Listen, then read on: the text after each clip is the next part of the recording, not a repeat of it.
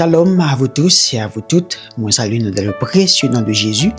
Donc, je dis, on a continué avec la série d'enseignements qui a commencé déjà sur l'Épître aux Romains. Nous avons commencé à faire l'introduction. Nous avons deux enseignements fait déjà, au capable de playlist là. Dans l'Épître aux Romains, on va joindre deux ça fait déjà aucune te parler de l'introduction, livre là des contextes. Donc, nous pas guetter pour faire un bref rappel. Je dis, on a rentré tout droit. Dans l'Épître là, je dis, on a enseigné Romains 1er verset 1er à 17. Donc, on a enseigné sur 17 versets ça. Donc, sur une Bible, l'ouvrez lire ensemble avec moi, comme ça nous va lire ensemble et enseigner la parole de Dieu. Romains 1er verset 1er. Paul, serviteur de Jésus-Christ, appelé à être apôtre, mis à part pour annoncer l'évangile de Dieu. Alors, ça comme nous remarqué dans le texte, c'est que au commencement, Paul présente comme étant serviteur de Jésus-Christ. Le mot serviteur que lui utilisé là, en grec, c'est doulos, qui veut dire esclave. Un esclave, c'est pas seulement un individu qui travaille pour un maître. Un esclave, c'était un monde qui était d'accord à abandonner toute saleté possédée pour être capable de mettre tout lui-même au service de maître. Toute relation il t'a gagné, toute amitié, toute position, toute ça il t'a gagné, il renoncer à tout pour être capable de servir maître. Donc Paul présente comme un monde comme ça. Soit bien dans Philippiens 3, on peut le montrer au côté qui ça cultivé longtemps auparavant, comment le mettre aux deux côtés à cause de Christ. Dans Philippiens 3, il dit, mais ces choses qui étaient pour moi des gains, je les ai regardées comme une perte à cause de Christ, pour lequel j'ai renoncé à tout et je les regarde comme de la boue afin de gagner Christ. Donc c'est comme ça. Et aussi il dit appelé à être apôtre, mis à part pour annoncer l'évangile de Dieu. Deux mots ça étaient très familiers pour les habitants de Rome qui t'appelaient ça. Par exemple, le mot apôtre en grec c'est apostolos. Et puis, évangile, en grec, c'est euangelion. Maintenant, pour qui ça que le mot grec, ça, c'est parce que c'est très important. En tant que lorsque la Rome t'a dirigé, le plus souvent, il y a des personnes qu'on a travaillé avec le gouvernement, avec l'empereur, qui ont été reliés des ambassadeurs, ont été reliés aussi des envoyés. Mot grec qui ont été utilisé pour aussi apostolos. Donc, ils ont été envoyés pour plusieurs raisons, pardon. Mais une raison qui était plus principale que qu'on voyait, c'était pour demander de paix, tout ça. Par exemple, si un ennemi qui menaçait la Rome, qui voulait demander la guerre, mais la Rome pas sougoumé, et puis il voulait protéger les habitants de ça le fait, il voyait des apostolos, il voyait des envoyés pour le réconcilier avec l'autre nation qui a besoin de la guerre, pour le déclarer un traité de paix. Si l'autre nation est d'accord la paix, lorsque apostolos ça ou bien envoyé ça va venir, il vient avec bonne nouvelle. Le souvent dit euangelion. Ça comme dit le mot apostolos et euangelion était très familier pour moi ça. Donc parce que euangelion c'est on veut dire bonne nouvelle. Donc Paul est comme étant un envoyé de Jésus-Christ qui porte bonne nouvelle de Dieu. Et chaque fois pour mettre l'évangile, toujours mettre l'évangile de Dieu parce que le mot évangile tout court ça veut dire bonne nouvelle. Mais toujours mettre évangile de Dieu pour lui dire quel type de bonne nouvelle que la parle.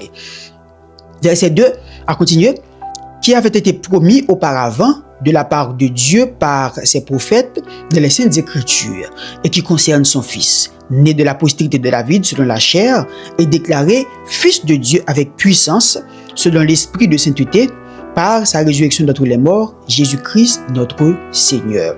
Donc d'abord il dit ça que la prêchée a été déjà annoncée par les prophètes. Donc la venue de Jésus-Christ comme étant le Messie qui était pour venir sauver l'humanité de ses péchés, il était prophétisé déjà dans l'Ancien Testament. C'est que là, Matthieu, majorité ça le fin de Jésus-Christ fait, il dit Jésus-Christ t'a dit tel bagaille afin que s'accomplisse ce qui avait été annoncé par le prophète Jérémie. Ou bien il dit Jésus-Christ fait tel bagaille afin que s'accomplisse ce qui avait été annoncé par le prophète Ésaïe, tout ça, parce que la venue de Jésus-Christ, la vie de Jésus-Christ qui est prophétisée déjà dans l'Ancien Testament, qui concerne son fils, né de la postérité de David, Jésus-Christ né de la postérité de David, parce que père adoptif Jésus-Christ, c'était Joseph. Joseph sortit dans la lignée David, parce que prophétie dit, Messie supposé sortir dans la famille David.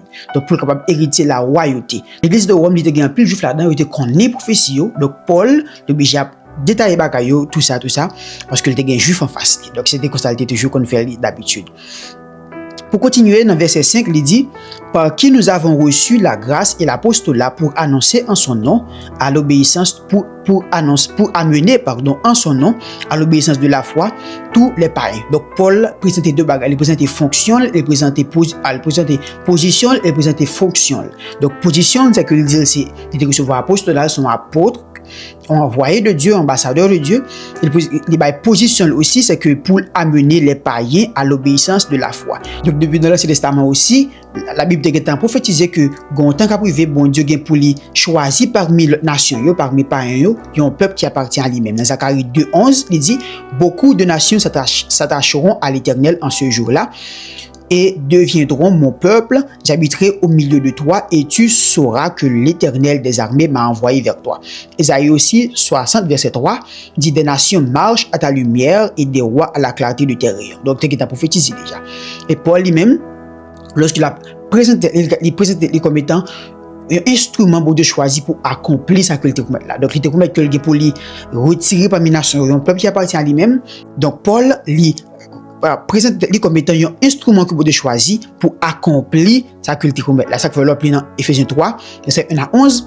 Paul dit, là, pour raconter ça comme ça, comment que vous devez choisir pour mission ça. Là, dit, ça, bon Dieu, révélé l'an, il était caché pour un pile leader parce que il dit, nous prêchons la sagesse de Dieu mystérieuse et cachée que Dieu, avant les siècles, avait destinée pour notre gloire. Sagesse qu'aucun chef de ce siècle n'a connue, car s'il l'eût connue, il n'aurait pas crucifié le Seigneur de gloire. Ça, c'est dans 1 Corinthiens ou 2 Corinthiens, je ne me souviens pas. Mais dans Ephésiens 3, verset 1 à 11, il y a tête de commettant, il y a un instrument pour de choisir. Il dit, si du moins vous avez appris le mystère de la dispensation de la grâce de Dieu, c'est par une révélation que j'ai eu connaissance de ce mystère. Le mystère, c'est que les païens sont co-héritiers, forment un même corps et participent à la même promesse de Dieu par l'évangile. Donc, il y a tête de commettant, ils ont choisi que bon Dieu révèle des mystères pour annoncer, pour amener les païens à l'obéissance de la foi. Mais si ça continue, il dit, parmi lesquels vous êtes aussi, vous qui avez été appelés par Jésus-Christ, à tous ceux qui, à Rome, sont bien-aimés de Dieu, appelés à être saints, la grâce et la paix vous soient données de la part de Dieu notre Père et du Seigneur Jésus-Christ. Donc ça, c'était une simple salutation que l'État baille avec l'Église. Mais il dit aussi que bon Dieu appelé, alors bon Dieu appelé à la sainteté. Bon Dieu appelé nous à vivre dans la sainteté. Dans Éphésiens, ça aussi, il dit que Dieu ne nous a pas appelés à l'impureté, mais à la sanctification. Verset 8 a continué, il dit, je rends d'abord grâce à mon Dieu par Jésus-Christ au sujet de vous tous, de ce que votre foi est renommée dans le monde entier. Dieu que je sers dans mon esprit, dans l'évangile de son Fils, mes témoins, que je fais sans cesse mention de vous, demandant continuellement dans mes prières d'avoir en fait par sa volonté le bonheur d'aller vers vous. Donc Paul là, il a complimenté l'église là, parce que à l'époque c'était la Rome qui était grande puissance. Cela veut dire roi qui était ou bien empereur qui a dominé sur la Rome et presque sur toute majorité monde là, il était habité à Rome, c'était un empereur que il était qu'on déifier, il était qu'on garde comme un Dieu, il était qu'on adorer, il était plusieurs notes balé, il était qu'on le fils de Dieu, il était qu'on le fils de l'homme. Maintenant les chrétiens ça qui habitaient dans la ville Rome eux-même, qui a assez de cran pour dire César pas le fils de Dieu. César n'est pas le fils de l'homme. C'est Jésus-Christ le roi des rois, le fils de Dieu. C'est un gros risque qu'il était pour eux. Il t'écoutait la mort même. Paul dit non, si nous avons assez de cran pour agir de la sorte, nous félicitons pour action ça. Verset 11 a continué, il dit car je désire vous voir pour vous communiquer quelques dons spirituels afin que vous soyez affermis. Donc, lorsqu'on lit de la Bible, que ce soit dans l'Acte des Apôtres, ou après ça plus souvent, ou après, bon Dieu te compte la mission à ce que, à travers imposition des mains par apôtres, le monde te compte recevoir soit don du Saint-Esprit ou bien le Saint-Esprit même. Donc, c'était comme ça que le même dans Timothée, pour dire Timothée, puis on honte de dons qui ont été recevoir par l'imposition des mains de l'Assemblée des Anciens. Verset 12. Ou plutôt afin que nous soyons encouragés ensemble au milieu de vous par la foi qui nous est commune à vous et à moi. Je ne veux pas vous laisser ignorer, frères, que j'ai souvent formé le projet d'aller vous voir, afin de recueillir quelques flux parmi vous, comme parmi les autres nations. Mais j'en ai été empêché jusqu'ici. Je me dois aux Grecs et aux barbares, aux savants et aux ignorants. Ainsi, j'ai un vif désir de vous annoncer aussi l'évangile à vous qui êtes à Rome. Donc, là, Paul a excusé parce que dans l'introduction, on me dit que l'église n'a pas formé par Paul. Donc, Paul était toujours désiré à l'ouayo, mais il n'a pas réellement gagné opportunité, parce que Paul n'est pas un homme qui était seulement levé un jour, choisi un côté à la prêcher. C'était toujours sous la direction du Saint-Esprit. Là, puis, après ça, c'était l'Esprit qui était toujours dirigé, informé que côté pour la prêcher. Donc, à force que il était tellement compatible bon côté pour le prêcher, il n'est pas qu'à lever à Rome comme ça. Rome était déjà tenu l'évangile, il était toujours dit, il n'est pas même bâti sous fondation de l'autre monde, il peut se remettre à prêcher Christ, côté Christ pour que j'aime prêcher. Ça veut dire côté qui pour que j'aime atteint par l'évangile. Il est excusé pour le faire qu'on ait raison que le pas jamais vient visiter, c'est parce que le pas c'est parce que pas de volonté, mais c'est parce que il est empêché. Verset 16 avec verset 17 pour nous terminer. Car je n'ai point honte de l'évangile, c'est une puissance de Dieu pour le salut de quiconque croit, du juif premièrement, puis du grec.